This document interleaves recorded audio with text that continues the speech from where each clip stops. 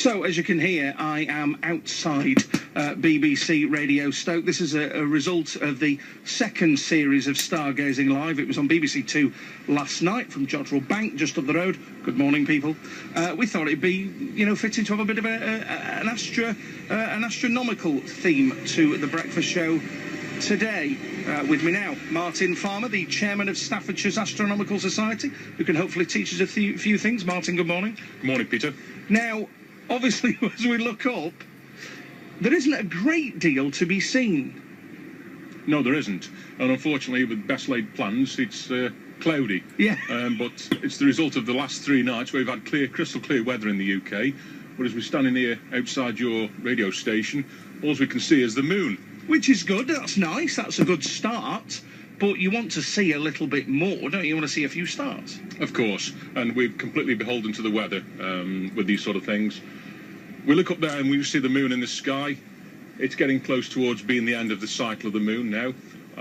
Just to the side of the moon, to the left-hand side, we would see the very nice constellations up there. But the moon, it's a very nice subject. I personally like looking at the moon. To the right of the moon, if it was clear and the lights around here were behaving, we would see Saturn in the night sky. Really? Yes. What, just stood here with your naked eye? Well, if they turn the lights off, you would do, yes.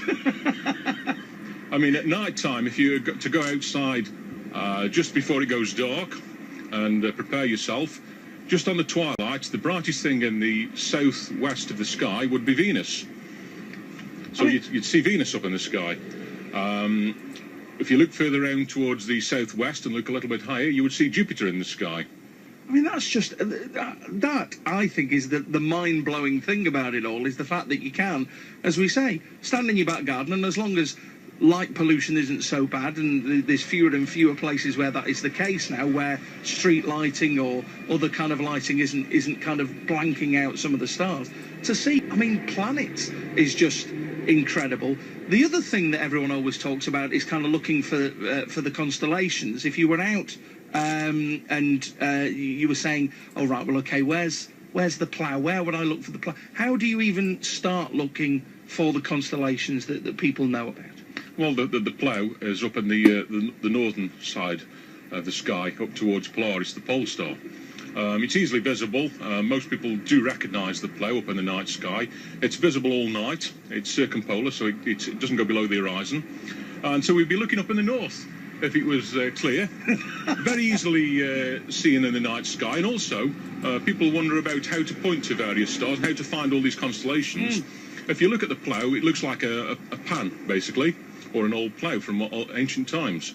If you follow the handle of the plough around, it arcs around and it comes down to a star called Arcturus, which is in the constellation Bootes. All right, so it all just kind of... It's like a road map. Yeah, it is like a road map in the sky. And the more you get to understand about these things, the way you can star hop around the various constellations. And there are such things available on the internet and in books and whatever that actually give you a road map, a bit like your road atlas for the road, of where things are in the night sky. So you can actually go and join the dots and hop around the night sky. How did you get into this, first of all? What was it that attracted you to the stars and to astronomy? Just like you, Peter. I came outside looking up at the sky and you think, well, what's that? What's all this? And the moon, it's very exciting, the moon, when you look at it, particularly when you look at it in greater detail. And I asked my parents for a book, and they got me a very old observer's book of the night sky, and from that it's just born itself from that. Things like Stargazing Live, does that mean you're now going to get a few more inquiries and people are going to become more interested? We're going to see a spike in interest in astronomy? Yes, there is, and there was last year, to be fair. We had quite a large number of people come along to the North Staffordshire Astronomical Society.